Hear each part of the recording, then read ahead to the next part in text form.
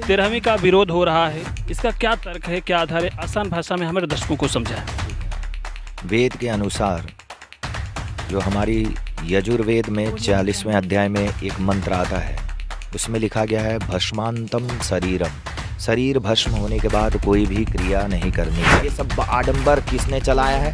कालांतर, मैंने कहा ना, महाभारत के बाद बिगाड़ हुआ है और वो ब्राह्मणों ने चला दिया। अगर इसको बंद कर देंगे तो उनकी जीविका बंद हो जाएगी। गुरुदेव ने जो कहा है वो बहुत ही सही है, सत्य है, क्योंकि ये बातें बहुत दिनों से चल रही हैं। होना चाहिए, इसमें बड़ा ही आर्थिक दबाव पड़ता है पब्लिक पर, और बड़े लोग कर रहे हैं, हमारे भूतपूर्व चीफ मिनिस्टर ने किया है और सब कर रहे हैं। ये समाज के लिए बहुत ही फायदेमंद है। क्या 13वीं मत करना, इस जान की रक्षा के लिए वो 13वीं का खर्च जो है आज लगा दो।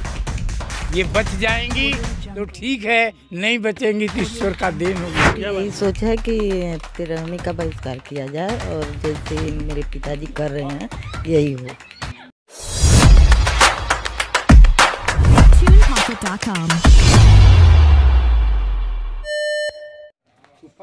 नमस्कार दोस्तों, मैं हूं डीके यादव और आप देख रहे हैं जिम्मेदार कौन न्यूज।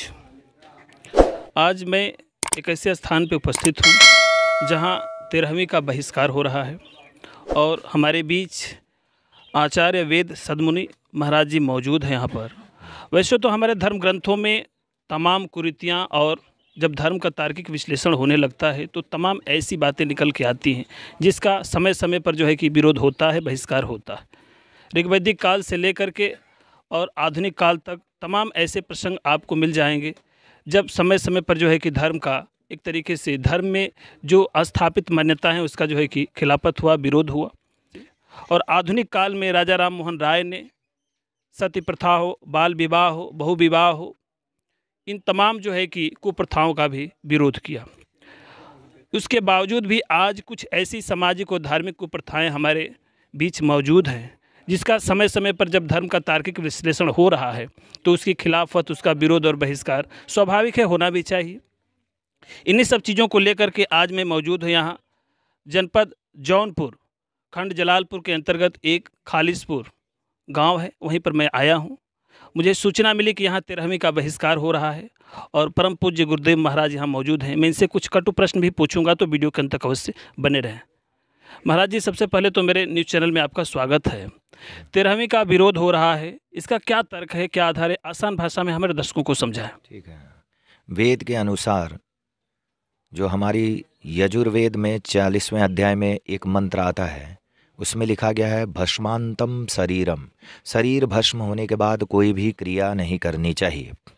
तो इसके बाद वहाँ पर कुछ भी क्रिया करने से वंचित है। तो वेद हमारी धर्म की पुस्तक है और उस धर्म के अनुसार ही हमको कार्य करना चाहिए, क्योंकि महाभारत तक 13 ही कुछ भी नहीं था। जब महाभारत का युद्ध प्रारंभ हुआ, 18 दिन का युद्ध हुआ, उसमें सारे ऋषि मुनि मारे गए। तो उसके बाद वहाँ पर पौराणिकता चालू हो गई। वाम मार्गियों ने तमाम ग्रंथों को उन्होंने बनाना प्रारंभ कर दिया।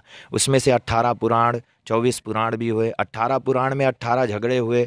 उसके बाद उन्होंने गरुड़ पुराण बनाया। गरुड़ पुराण के अनुसार उन्होंने सारा चीज़ लिख दिया कि सैयादान ब्राह्मणों को ऐसा देना चाहिए। लेकिन मेरा ये प्रश्न है कि ना, ब्राह्मण है कौन? ब्राह्मण वही होता है कि जो ब्रह्म को जानता हो, क्योंकि लिखा हुआ है, मनुस्मृति भी कहती, ब्रह्म जानाति असौ ते ब्राह्मणः और वेद पाठितः ते पंडितः। ब्रह्म को जानने वाला ब्राह्मण है और वेद का पाठ करने वाला पंडित होता है। तो ऐसे ब्राह्मण जो ब्रह्म को जाने, ब्रह्म माने वेद और ब्रह्म माने परमात्मा और ब्रह्म माने वीर्य और ब्रह्म माने जगत, ऐसे परमात्मा को जानता हो और जगत में त्याग पूर्वक भोग करता हो, वेदों की बातों को जानता हो, वेदों के अनुसार अपने कार्य को करता हो, उसी को कहते हैं ब्राह्मण।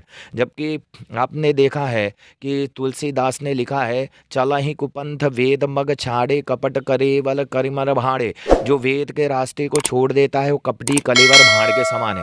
तो हम जो तुलसीदास की प्रक्रिया को अपनाते हैं, अखंड रामायण का पाठ करते हैं, तो उस वेद के रास्ते को क्यों नहीं अपनाते हैं? वेद का रास्ता कहता है कि अक्षरमा दिव्य कृषि मत कृषस्व, जुआ मत खेल, खेती कर, और ये भस्मांतम शरीरम इस चीज़ का त्याग कर, तो फिर उस रास्ते को छोड़ते हुए हम पुराण के रास्ते पर क्यों कर चलते हैं। लोग, मैक्स मुलर ने कहा था, Rigveda is the oldest book library in the world. Rigveda जो हमारे लाइब्रेरी की प्राचीनतम पुस्तक है, और वो प्राचीनतम पुस्तक भी ही ये कहता है कि ईश्वर एक है और उसमें कोई प्रकार का मिलावट नहीं है। लेकिन आर्य समाज के विधि से देखेंगे तो महर्षि दयानंद की सत्यार प्रकाश में भी लिखा हुआ है, सब जगह उस वेद को आप पढ़ेंगे, ऋग्वेदाद भाष्य भूमिका में भी वेदों की तरफ बातें हुई हैं। तो वेद थोड़ा सा गुरुदेव हम लोग विषयांतर हो रहे हैं, क्षमा चाहेंगे। मेरा प्रश्न मूल यह है, आपके कहने के अनुसार मैं आसान भाषा में अपने दर्शकों को समझा दूं।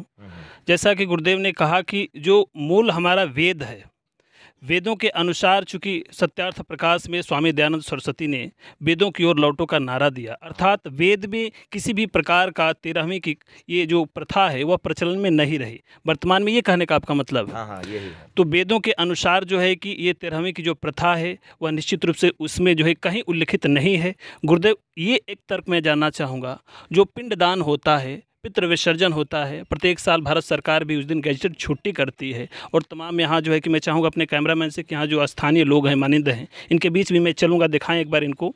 उस पितृ विसर्जन के ऊपर जो है कि जो कार्यक्रम होता है उसमें शामिल होते हैं और मुंडन कराते हैं और अपने जो भी पितृ होते हैं उनके प्रति जो कृतज्ञता का भाव है ज्ञापित करते हैं, और उनके आत्मा की शांति के लिए ये सारी प्रक्रिया चलती है। मुझे भी बहुत ज़्यादा उस संबंध में ज्ञान नहीं है, तो क्या इसका कौन सा तर्क है? क्या ये भी होना चाहिए कि आपके अनुसार इसको भी जो है कि बैन कर देना चाहिए, बहिष्कृत करना कर देना चाहिए? क्योंकि वेद के अनुसार ऐसा नहीं। पितृ शब्द का अर्थ ही क्या है? पिता, पितृयज्ञ, अभी मैंने पितृयज्ञ की आहुति भी दिया है। पिता वही है, और सच्ची श्रद्धांजलि कैसे होती है? जब पिता के नक्शे कदम पर, जैसे पिता ने जो किया है उस रास्ते को, जो अच्छा कार्य किया, उस वहाँ पे उसकी मृत्यु हो गई, वो रास्ता बंद हो गया, तो उसी रास्ते को अपनाते हुए पुत्र उसी दिशा को आगे बढ़ा देता है। इसके यही सबसे बड़ी श्रद्धांजलि है।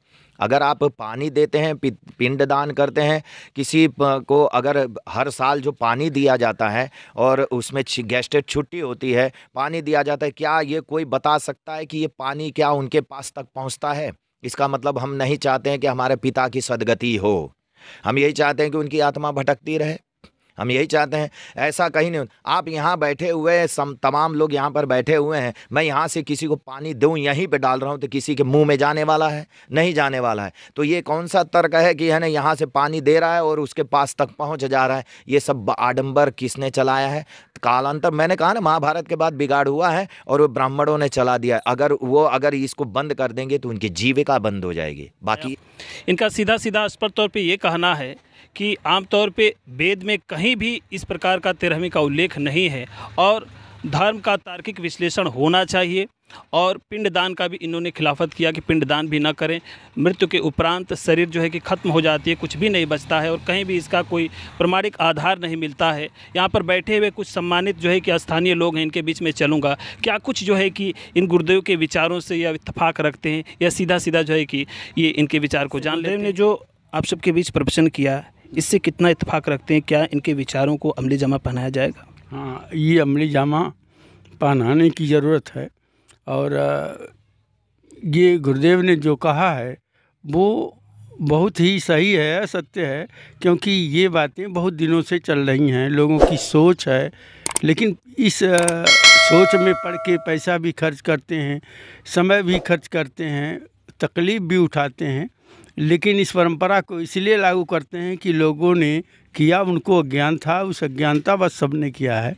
अब जो है, जो कुछ ज्ञान की प्राप्ति इस मामले में लोगों द्वारा अब हो रही है, अब ऐसा अच्छा है कि इसका 13वीं का बहिष्कार हो और न किया जाए, और उसके संदर्भ में यज्ञ किया जाए, और जो भी विधान बने उसको किया जाए। समाज में जो है आर्थिक बोझ से जो लोग हैं परेशान हैं, और जो इन्होंने गुरुजी ने तर्क दिया है कि पानी मैं दे रहा हूँ, कुछ सूख गया है उसको पानी दे रहे हैं, तो पानी देने से उस मृतक आत्मा को मिल नहीं सकती है।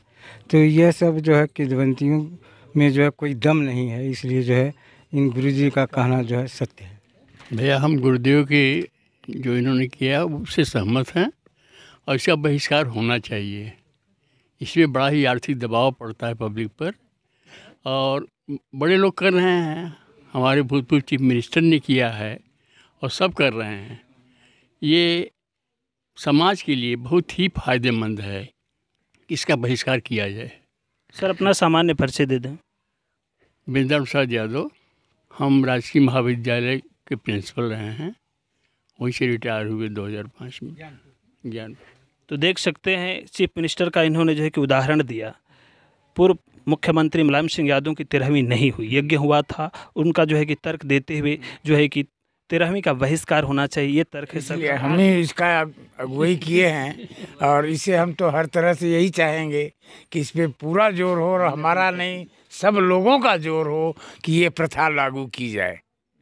देख सकते हैं इन्होंने एक बहुत अच्छा जो है कि उपदेश दिया। एक तरीके से यहाँ जो है कि व्यवहारिक रूप में अमली जामा पहनाया है। इनकी पत्नी श्री का जो है कि इंतकाल हुआ था और इन्होंने 13वीं का बहिष्कार करके समाज को एक बेहतर जो है कि संदेश भी दिया है और तार्किक आधार पे एक तरीके से सोचने को सबको विवश भी किया है। मन में कोई ऐसा भाव पहले से रहा कि 13वीं का बहिष्कार करना है कि तात्कालिक तौर पे जो है कि आपने बहिष्कार किया?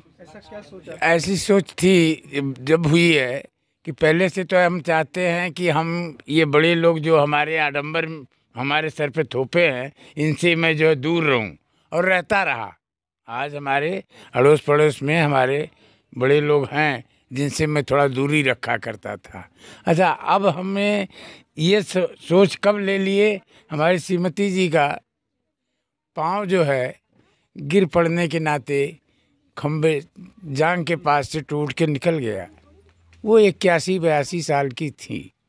किसी डॉक्टर ने उनको जो है ऑपरेशन के लिए तैयार नहीं हुआ, ये कहे कि इनकी दवा करो। लोग बाग यार दोस्त जो भी सभी लोगों ने कहा कि क्यों ऑपरेशन में कुछ दिन जिएंगी, इसको भी ख़त्म करोगे। तो एक हमारे साथी थे, उनसे हमने संपर्क किया, वो भी फौजी थे और हम भी फौजी हैं। तो उन्होंने कहा कि यार ऐसा करो कि एक बार जुआ खेल जाओ, 13वीं करोगे ना? कहे हाँ 13वीं तो करना होता है। कहें 13वीं मत करना, इस जान की रक्षा के लिए वो 13वीं का खर्च जो है आज लगा दो। ये बच जाएंगी तो ठीक है, नहीं बचेंगी तो ईश्वर का देन होगी। तो क्या बात, मैं चाहूँगा इनके लिए ताली बजाएं। कि इसका बहिष्कृत होना चाहिए समाज से। ये कुरीत है, ये जो है पहले से प्रथा चली आ रही है। सब लकीर के फकीर, सांप जो है चला गया और लकीर हम पीट रहे हैं, इसका कोई अर्थ नहीं है। यह जो है तो कोई भी समाज जो है तभी धीरे धीरे बदलता है, तो एकाएक परिवर्तन नहीं आएगा। ऐसे जब कुछ लोग करेंगे तभी तो आएगा। तो ऐसे है कि इसका बहिष्कार होना चाहिए, हमारा भी इसका बहिष्कार होना चाहिए। मैं चाहता हूँ कि तरह का बहिष्कार हो। यहाँ का लपेटप है, आदमी को कर्ज भी ढकेलता है, इसलिए इसको बहिष्कार है कि आने वाली पीढ़ी अब इसका बहिष्कार करें। 13वीं का पूरा बहिष्कार का लोग बहिष्कार कर रहे हैं, तर्क दे रहे हैं कि इससे समाज में आर्थिक बोझ पड़ता है। आपका क्या सोच है? हमारा भी यही सोच है कि 13वीं का बहिष्कार किया जाए और जैसे मेरे पिताजी कर रहे हैं यही हो। 13वीं इसका बहिष्कार हो। यहाँ की महिलाएं जो है कि आपका क्या तर्क है? 13वीं का बहिष्कार होना चाहिए, समाज में आर्थिक बोझ पड़ता है, कहीं समाज के अगल बगल पास पड़ोसियों के दबाव में आकर लोग करते चले आ रहे हैं, तो क्या ये कुप्रथा खत्म होनी चाहिए? जी, 13वीं का बहिष्कार होना चाहिए। 13वीं का बहिष्कार होना। सर सबसे पहले जिम्मेदार कौन न्यूज़ में आपका स्वागत है। यहाँ पर स्थानीय लोग जो है 13वीं का बहिष्कार कर रहे हैं, तर्क दे रहे हैं कि समाज में इससे आर्थिक बोझ पड़ता है। और हमारे जैसा कि गुरुदेव से मैंने बात किया, उनका तर्क है कि कहीं भी वेदों में इसका उल्लेख नहीं है, अर्थात वेद किसी भी प्रकार का समाज पर और परिवार पर आर्थिक बोझ डालने के पक्ष में नहीं है। आपका क्या विचार है, 13वीं होना चाहिए या बंद कर देना चाहिए? देखिए, बिल्कुल मैं इस समाज में जितने भी लोग सम्मिलित हैं उनका मैं स्वागत करूंगा। और यह बहुत ही समझ लीजिए कि ये प्रथा नहीं, ये कुप्रथा है। 13वीं एक कुप्रथा है जो कि भ्रामक तरीके से लादी गई है समाज के ऊपर। तो आज ये चीज़ें आज से कम 25 साल पहले ये चीज़ें हो जानी चाहिए थी, लेकिन समाज जब जैसे जैसे जग रहा है वो इन चीज़ों को समझ रहा है। ये जैसा कि हमारे घर में ही ये कार्यक्रम चल रहा है, हमारी दादी माँ का स्वर्गवास हुआ है और इसमें हमारे दादाजी ने यह कार्यक्रम अपने विचार से और रखा और ये हम लोगों को बहुत ही अच्छा लगा।